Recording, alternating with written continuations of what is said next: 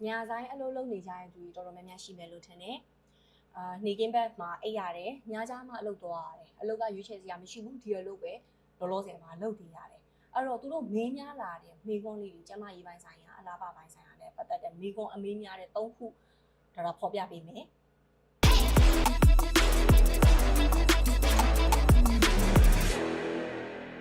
မင်္ဂလာပါဒေါက်တာယူရီပါအလားပါရေးရဆရာဝန်ဖြစ်ပါတယ်အမျိုးသမီးငယ်တွေအတွက်ပန်းကလေးများအကောင်းဆုံးတောက်ပနိုင်ဖို့ဆိုတဲ့စာအုပ်လေးကိုလည်းထုတ်ဝေလာထားတဲ့သူလည်းဖြစ်ပါတယ်ဒါစီမှာတင်တန်းရှိလားဆိုရင်တော့ရှိတယ်တကူရေးတန်ရှင်းမှုနဲ့အနံ့သက်ကင်းစင်ခြင်းဆိုတဲ့အကြောင်းရယ်ဖီလာအကြောင်းသိကောင်းစရာဆိုတဲ့အကြောင်းလေးတွေကိုတော့ဒါ podcast အနေနဲ့တော့ဒါတင်တန်းဖွင့်လာတာရှိတယ်အဲ့တော့ဒါကိုဒီတင်တန်းလေးတွေကို join ချင်တာပဲဖြစ်ဖြစ်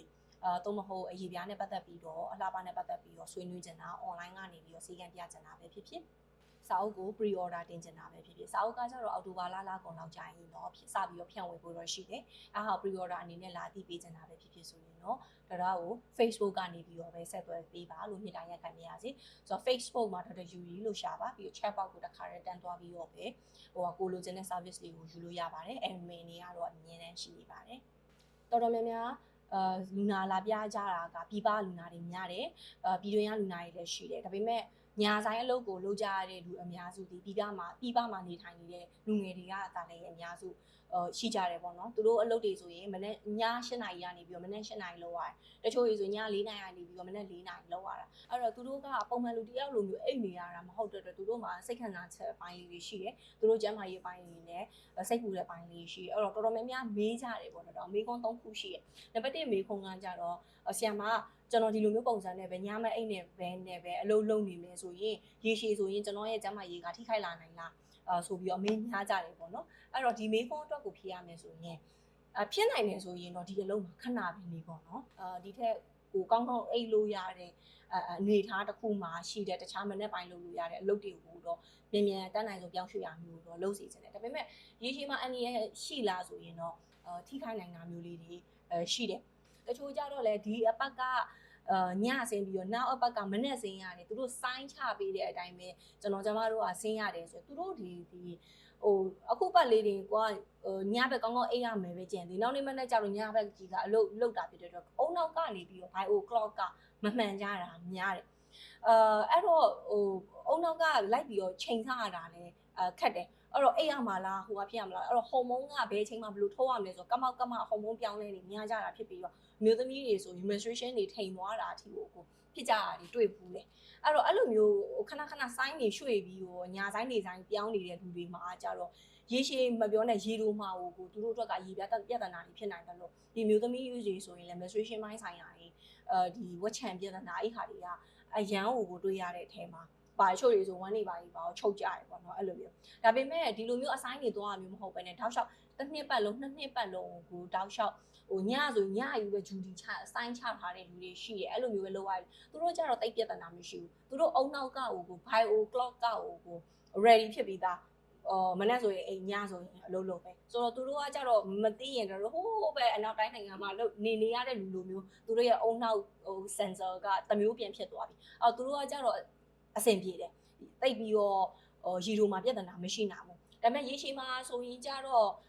တကယ်နဲ့နေမကောင်းဖြစ်ပြီးမနာမကျန်းဖြစ်ပြီးအသက်ကြီးလာပြီးယောဂတစ်ခုရလာပြီဆိုရင်ညဘက်မှာဒါကောင်းကောင်းနှိမ့်နှိမ့်ချက်ချအိတ်တဲ့လူမှတာလည်းအချိန်မှန်အိတ်တဲ့လူမှတာလည်းအနာကျက်နှုံးနေကိုခံအားစနစ်တွေကအများကြီးကောင်းမွန်လာတယ်လေဆိုတော့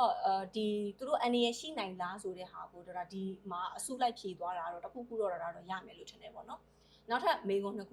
ကျွန်တော်အညာဆိုင်လုပ်တယ်မနေ့ပိုင်းမှာအိတ်တဲ့ချိန်ကျရင်စမ်းဆွင်လိမ့်ရမလားပေါ့ဘာလို့ဆိုတော့နေရလည်းမနေ့ပိုင်းမှာထွက်တာဆိုတော့လေဆိုတော့အဲ့လိုမျိုးတော်တော်များများလိုက်လိမ့်ပြီးတော့ဝက်ချန်ထွက်ကြရတဲ့လူတွေလည်းရှိတယ်ဆိုတော့ရနေနေကအကြောင်းလိမ့်စီရမယ်လို့ဘာလို့ဆိုတော့ညဘက်မှာမနေ့ပိုင်းမှာစပြီးတော့အိတ်တယ်ဆိုရင်အတက်နိုင်ဆုံးမျက်နှာကိုတန်ရှင်းပြီးမှ cleansing သေချာလုပ်ပြီးမှ moisturizer တစ်လွှာလောက်ပဲပါလေးလိမ့်ပြီးအိတ်လို့ရပြီကျန်တာဘာမှထပ်မလို့မျက်နှာကိုအရေပြောက်အပေါ်မှာလွှာထားတဲ့ဟာခပ်ပါလေးနဲ့နည်းနည်းချိုက်အိတ်ပြောတယ်ဆိုရင်ရတယ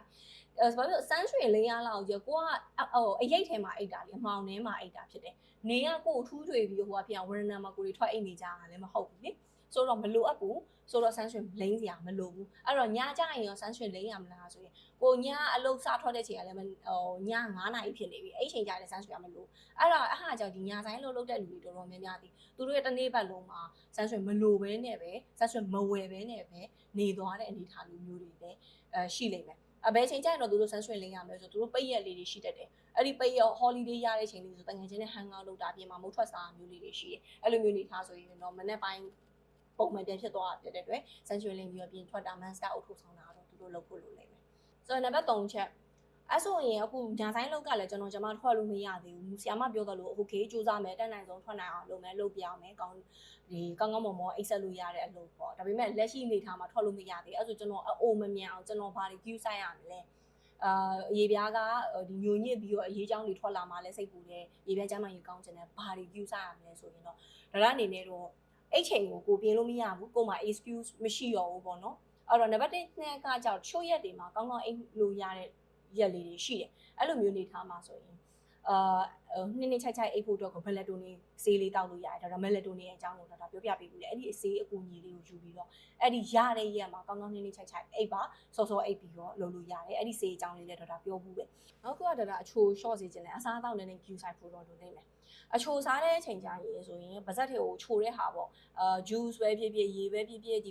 gas တွေပါတဲ့ချိုရေပဲဖြစ်ဖြစ်အားဖြည့်ချိုရေပဲဖြစ်ဖြစ် cake ပဲဖြစ်ဖြစ်ဒီပါဇက်ထဲကိုထည့်လိုက်တာနဲ့ချိုတဲ့အရာမှန်သမျှဒီစားတာများရင်နေ့တူကစားတာများတဲ့အချိန်ကြာရင်ဆိုရောင်ရမ်းမှုဖြစ်စဉ်ကပို့ပြီးတော့တိုးတယ်ရောင်မှုဖြစ်စဉ်တိုးတဲ့အချိန်ကြာဝက်ချန်လိုပါလို့မျက်နှာရဲတာလို့အဲ့လိုရောင်ရမ်းတဲ့ဟာတွေကပို့ပြီးတော့ဖြစ်တယ်အရေးပြားညစ်ထေးတွေကိုဖြစ်စေနိုင်တယ်ငကိုရဲကကိုကအေးမွားလို့နှစ်ချိုက်ပဲအေးရလို့ဆိုပြီးတော့ဖြစ်နေတဲ့ခေါင်းစဉ်တစ်ခုအောက်မှာအရေးပြားညစ်ထေးတဲ့အောက်မှာဒီအချိုရည်နဲ့ထပ်ပေါင်းလိုက်တဲ့ချိန်ကျရင်ရေပြားပျက်စီးတာကပိုပြီးတော့များသွားနိုင်တယ်နောက်တစ်ခုခောက်ဆွဲပြုတ်တွေငပိငချောင်းငံများရည်တွေအတက်နိုင်ဆုံးရှော့စီခြင်းနဲ့လို့ဆိုအဲ့ဒီမှာဆိုဒီယမ်ကအရန်များတယ်ဆိုတော့နေ့တူဝါကိုစားလာတဲ့အချိန်ကျရင်တစ်ခါတလေမှစားတာမပြောဒါပေမဲ့တွေ့ရတဲ့လူတော်တော်များများဒီ bike စားပြီးဆိုတာနဲ့ခောက်ဆွဲပြုတ်က ready တန်းပြီးတော့ကင်ထားပြီးသားဖြစ်နေတယ်ဆိုတော့အဲ့လိုပြီးတော့လည်းဟင်းချက်တဲ့ချိန်ကျရင်လေးစားတတ်တဲ့လူတွေတစ်ချိန်လုံးငပိတွေထည့်တာတစ်ချိန်လုံးဒီပဇွန်6တွေအများကြီးသုံးတာပေါ့ဆိုတော့တစ်ခါလေးစားတာမပြောလို့ဘူးပဲဒါနဲ့ဟိုပဲတော်တော်ရင်းနှီးပြီးတော့စားတဲ့ဟာတွေဒီအငံထက်တွေအရင်များတဲ့ချိန်ကျဆိုဒီယမ်အင်တိတ်အရင်များတာဖြစ်တဲ့အတွက်အရေပြားရောင်ရမ်းခြင်းတွေအနောက်ကနေပြီးတော့စပြီးတော့လိုက်တယ်ဒီအဓိကမြင်သာဆုံးပြောရရင်ဆိုဝက်ချန်ဟာတွေကကျတော့အရင်လိုက်တယ်တက်နိုင်ဆုံးရှော့စီခြင်းနဲ့ပြီးတော့အဲ့ချိန်ကကျတော့တက်နိုင်ဆုံးရတဲ့ရက်လေးမှာကြိုးစားပြီးတော့ဒါအဲ့ဒီအရှိရဒီဆေးဟာဒီပြန်ကြည့်စီခြင်းနဲ့ melatonin လေးကိုပြန်ကြည့်စီခြင်းနဲ့ပြီးတော့နောက်တစ်ခုကကြတော့ဒီရေကိုများများတောက်စီခြင်းနဲ့ stress ကို short စီခြင်းနဲ့ပြီးတော့ cleansing ကိုအကြိမ်ကြီးများများတိုးလုပ်စီခြင်းနဲ့ဘာဖြစ်လို့လဲဆိုတော့တနေ့ကို2ကြိမ်လောက်ပဲဒီလိုကမျက်နှာသိရမယ်ဆိုပြီးတော့ formula ကြီးကိုထည့်ထားတာရှိတယ်အဲ့ဟာမှားရင်းပါတယ်ကိုရဲ့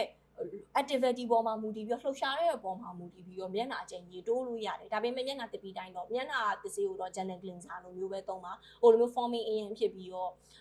ဒီအရေပြားရဲ့အစီအပြင်တွေပါရော